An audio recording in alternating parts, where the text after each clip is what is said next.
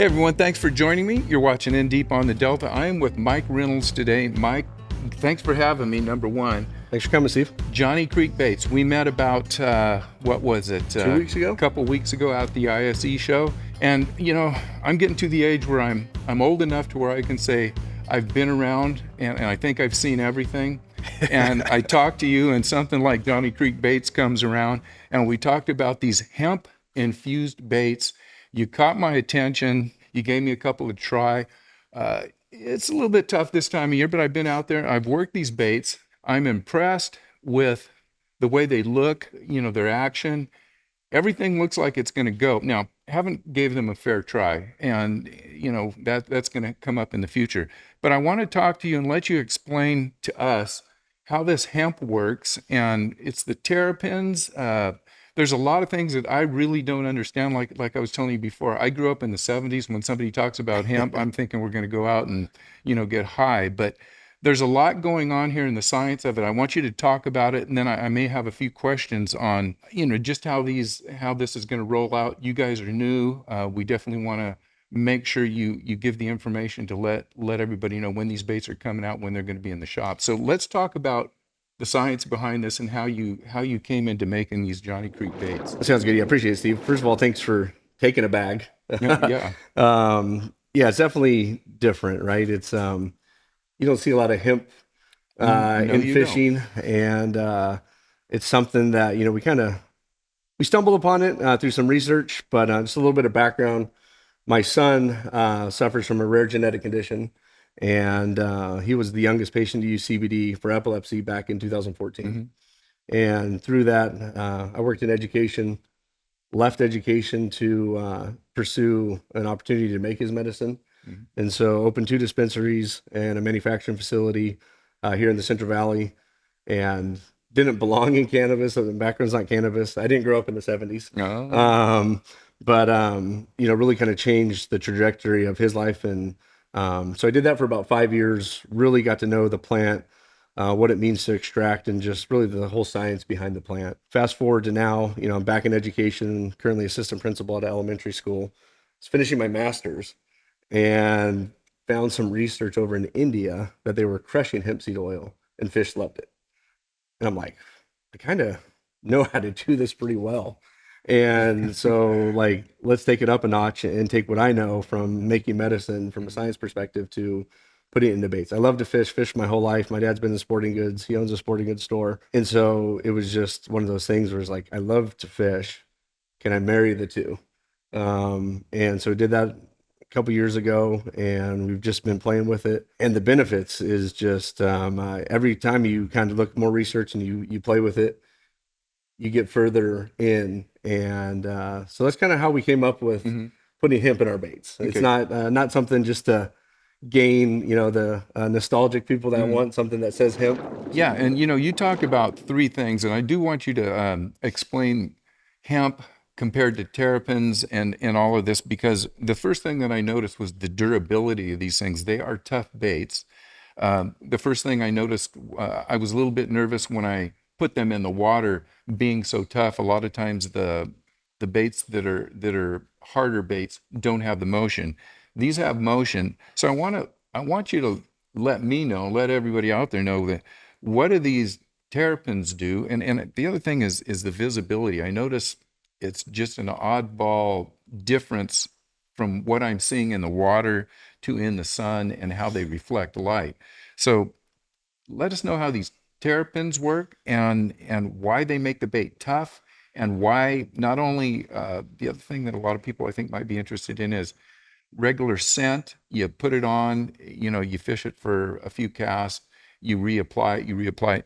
You're talking about you do not need to reapply any scent on these. Not at all. No. Let's talk about durability. You know, I think everybody's always looking for a worm that you can fish more than once for one fish. Right. And you talked about, you know, just as far as the action. Most of the time you add a plasticizer, it makes it too hard, you lose the action. The cool thing about hemp, it acts as a natural plasticizer. So it's bonding the properties of the plastic together in a way that, you know, most people haven't done in the past. These are tough. These are really tough. You know, and that's, you know, if you look at some of our stuff online, a lot of feedback is, man, I caught 12 to 15 fish on one worm. And, that's just the properties of the plant. One, it allows it still to have that good action. And so, synthetic plasticizer is making your bait too stiff. It's not flexible. It's just stiff, and you lose that action. But with the hemp, it's natural, and it gives the opportunity for the action still to be there. It's tough. They're just tough. They're Yeah. just tough. And so, that natural ability to bond the chemicals in the worm have really been a game changer for us. And then the color aspect, it's funny, right? You just keep diving down more and more positive aspects That's of, what of the bait. they're all positives on this. Yeah. I haven't seen a negative aspect to this yet. Especially, and one of the things we'll talk about, specialty baits that I may want to use this for a trailer. One of the big problems that I have with trailers is they get bit off, They're gone. or they get pulled off of the shank of the hook. With these things here, I'm looking that you can, even down here, and I'm going to pull this real hard. I hope it doesn't break. This thing is tough. Yeah. And that's, like I said, it's a positive along with the scent, two big positives. And before you jump into this anymore, we talked about a price point. These are not cheap baits. No. They're in line with a lot of the with Yamamoto and the more expensive baits. But the difference between, I'll say, this worm and a Yamamoto, I can tell you right now, you can lose this worm, you can have a fish tear it up, but you're going to get dozen fish off of one worm. Yeah. And I'm going to just go, when people don't like to buy soft worms, they'll go to, let's just say, a Sticko at Bass Pro. Harder worm, they do last longer, but they don't have, I think you've got a much better quality on this. And I think this worm is going to outlast anything on the market. So with this worm being a very tough worm, you're going to catch more fish on it. So price points, mean a little different when you can catch one fish on a worm compared to maybe catching 5 or 6 fish, 10 fish on a worm. Also, I want to have you talk about what you're adding to these baits. If you add salt and they are floating baits, which for me, fishing on the Delta in heavy weeds, I do use a lot of floating worms and a lot of floating different crayfish types of stuff. So talk about that also. Yeah. So, obviously the durability, going back to that, is just hands down better than most of the soft plastics. You did talk about, certain baits being too tough. It looks the same, right? Like if you were to hold them up, Right. and you could hold up 10 different baits, they all look the same. But one is a one fish catch, one is not going to catch any fish because it's just too stiff. And so this is something I feel like is definitely in the middle. It is floating. We're not adding any salt. I think the idea for us is we like worms that float and that stand up, right? Everybody's using a Ned rig, Carolina, something to bring it down anyways. And we like the action side of it. So for us, we're not adding anything that's sinking. It's durable, but you still have the action and it's able to float. So especially, when you're fishing the Delta or any of these places now, right? We get high water, fishing in the grass, you want something that's out of the grass. Right. So, for us, that's been a big aspect. And then the one thing we haven't really talked about too much, you mentioned a little bit, but is the colorant. And all of our dark worms, everything we have has hemp in it. And we're adding that chlorophyll piece. The one thing we found through some of the research is that chlorophyll has a longer light wavelength than any of the synthetic colorants. And so, I'm sure in some of the stuff that we get in the outdoors, you hold it in your hand and you're like, okay, it's nice. It's nice watermelon color. But then you hold it up and it's like, and there's like some different shades of green, almost some like purples in there, so it just looks different.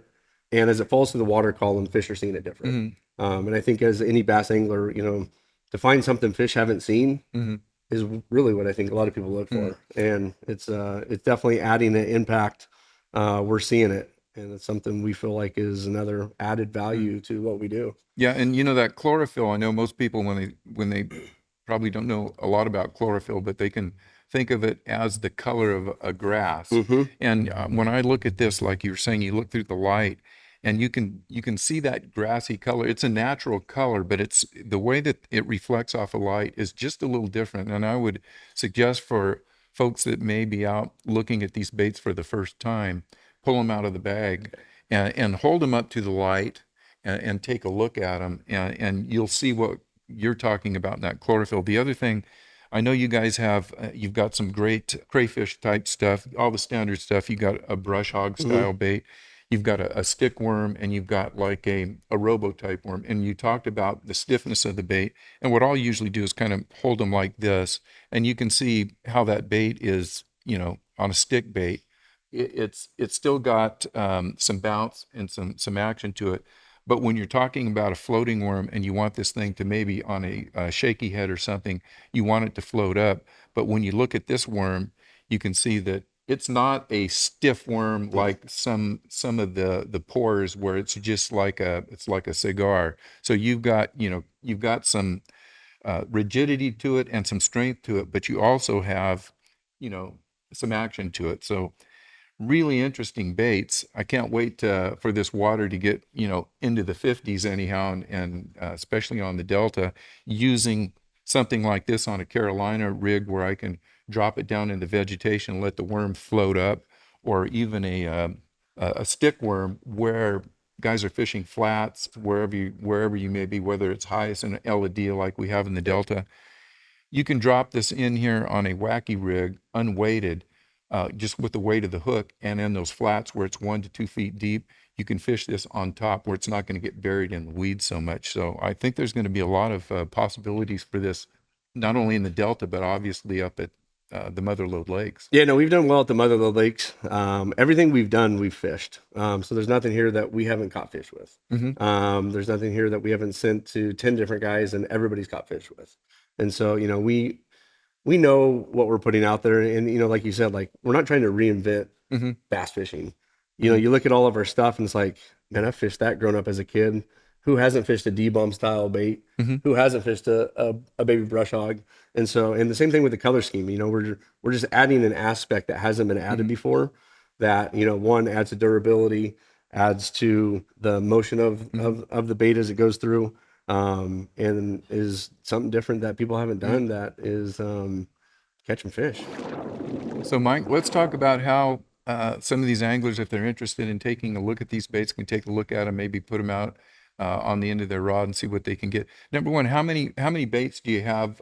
You're going to be, we'll call it a grand opening or a grand reveal here. How many baits do you have right now that you're going to be putting on the market? Different types of We baits. have 6 baits that we're going to put on the market. Like I said, we have the 6.5 inch finesse worm.